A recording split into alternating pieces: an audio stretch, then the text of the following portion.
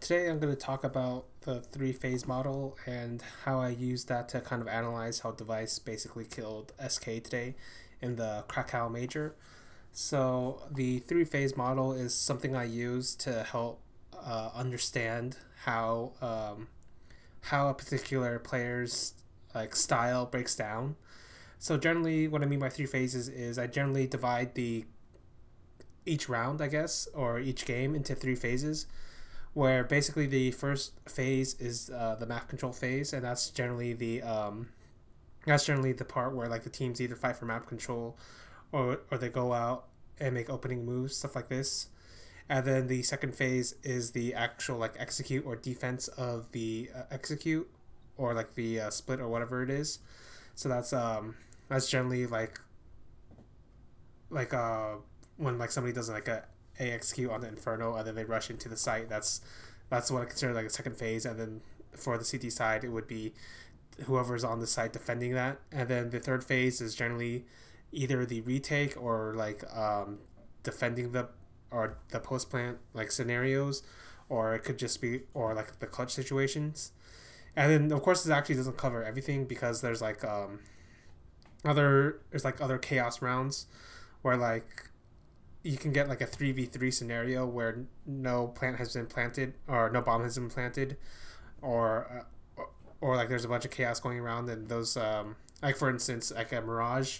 This happened once. I think it was like in Virtus Pro versus SK at Cologne, where both teams like collided in the middle for map control, and then it ended in like a 3v3 like battle, or it might have been a different game, but basically that's kind of what happens. And that's like a different sort of, that doesn't really fall into the three-phase model, so that's why I'm pointing it out.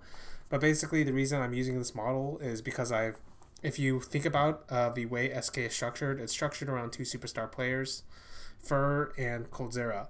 And if you consider the way those two people play, I think they both specialize in different phases of the game. So Fur specializes in the phase 1 aspect, which is basically opening the round or taking map control.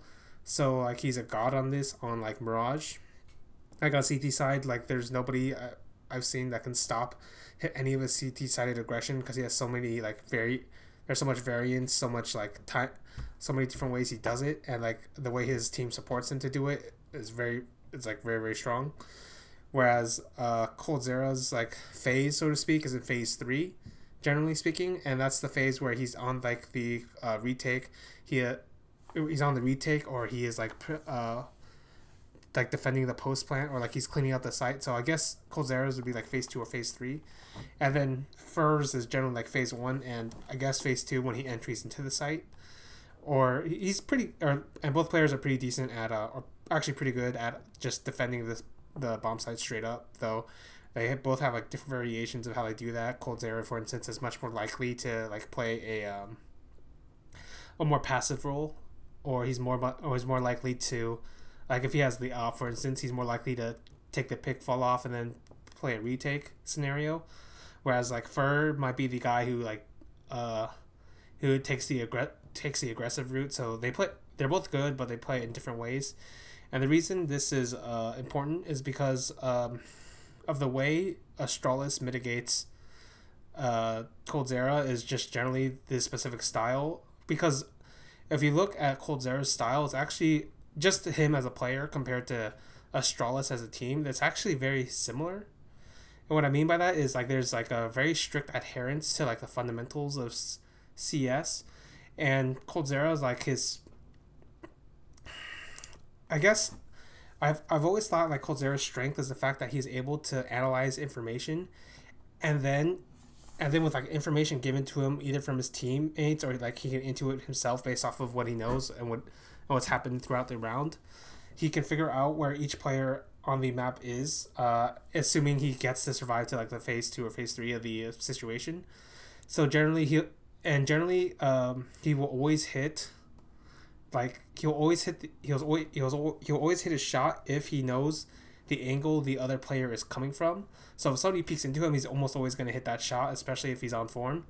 And so what's happening is he's always creating these 1v1s where he knows where the player's coming from and then just kills them. And it looks very easy. It looks very simple, but it's actually not. Like, I've never really seen another player do it as efficiently or as consistently or as long as Coldzera's done it. So basically, this is like, if you can find it, there's like a round where I think it was, I'd have to say it was like at the E-League major where like Coldzera, it was like Coldzera versus Navi, I think. And what happened was like the way it works is like it was like on Dust 2, and then Coldzera clears a player at long, and then because like everybody else died at B, he knows that there's 3 players at B, and he knows that generally there's 1 player at long, and then he knows 1 player will generally be at A or like cat or something, so he knows that player will be rotating towards B because the bomb is dropped at B. So he rotates between the 2 players and the between like the 3 players and the 1 player rotating, kills that guy, and then he goes towards the 3 people at B to try to like win this 1v5, right? And obviously he doesn't win it because, you know, it's 1v3 on B side on like Dust 2, that's impossible to win. But the point is that's like very it's like very Coldzera, which is like he's taking care of like each problem step by step in the most efficient, most like high percentage chance possible. And in the same instance, that's what Astralis does. And the problem for Coldzera is that the spacing for Astralis, like the way the tire like structure works, like they know where they are in each round, they know how like the rules work, they know that their utility is great, like their teamwork is great, the crossfires are great. And the reason this is tough for Coldzera is specifically because the other teams at the moment, they don't play as fundamentally sound Counter-Strike as Astralis does. And so Coldzera's ability to like break down these like little links in a chain that like aren't as solid as they should be is why he's constantly winning a bunch of these like 1vx situations, or he's constantly like killing everybody, is because he'll always be able to kill somebody that's isolated because he knows what the isolated player wants to do. But nobody on Astralis is ever really that isolated, or like if they're isolated, it's generally like a transitional point where it's like they can easily fall off and not get like instantly killed as long as they don't get headshot in like a millisecond, right? And that's kind of why I think Astralis is such like, it's like generally been the bane for Coldzera. And like the only time like Coldzera's like really like stomped the shit out of them was earlier in this major on Inferno, and I was like basically just Coldzera winning everything. Like that was just literally Coldzera winning everything, and really there's nothing Astralis could do that time. And that's probably if I had to theorize why, it's the way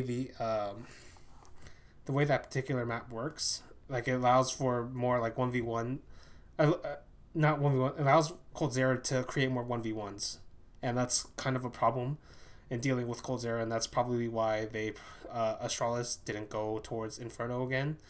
It could also just be because Astralis themselves aren't as like well practiced on Inferno, so maybe their style isn't good there, whereas it's much better on like Mirage, Overpass, like map trains, maps like that, right? And so that's like one of the reasons why like Coldzera isn't as much of a factor in these Astralis vs Escape games. And then I'll talk about the other problem, which is like so basically the phase 2 phase 3 player isn't as much of a problem for isn't as much of a problem just stylistically speaking for Astralis versus SK. And then so that already like puts like one of your superstar players on SK like not as good as he could be, not as good as he is compared to like the rest of the field, like whenever he plays against the rest of the field. And then the problem with Fur isn't really like Fur's problem. That's kind of a weird way to put it, but basically what happened in the series against SK is SK put Fallen on like the aggressive like priority. And this isn't actually a problem because they actually usually do this whenever he has the op, but the problem was actually dev1ce. And dev1ce basically predicted or countered or knew exactly where like Fallen was almost the entirety of the series.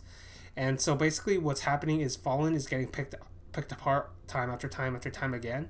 And this leaves the entire team, the entire SK squad in like a 4v5 almost constantly on their rifle rounds.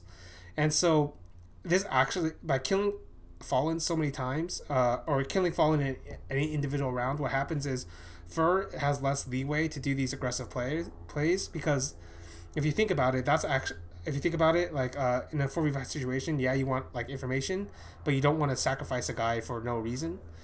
And Fur's plays in particular are much more aggressive than like usual plays because he's always willing to push the boundaries a little bit further than other players will.